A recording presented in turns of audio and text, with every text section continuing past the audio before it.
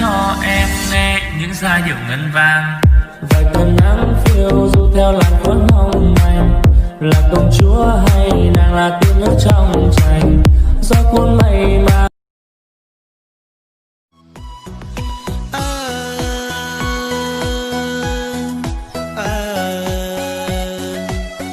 nên sợ anh có mong mò cha có nhìn gì ta hay lu trong kia của ta.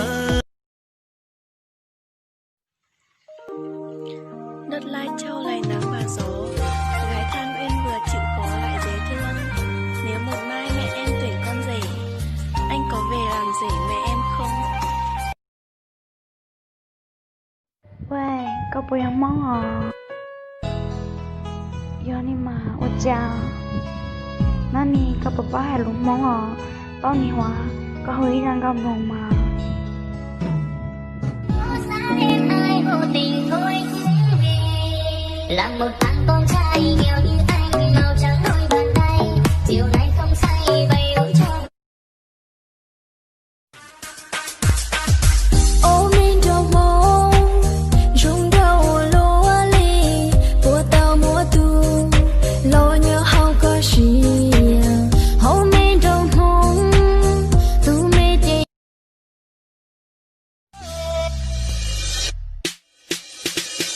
Ada Pokemon vanilla, ada Pokemon Raisa, ada Pokemon. Hey dầu mong người nghe chia đu đu,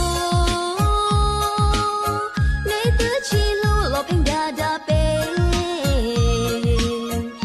bê anh chơi dấu đâu nó.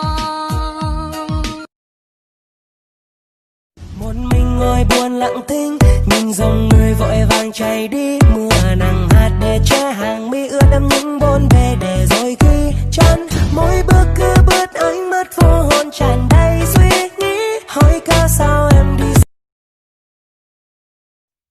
có sáng tay viết lên lời yêu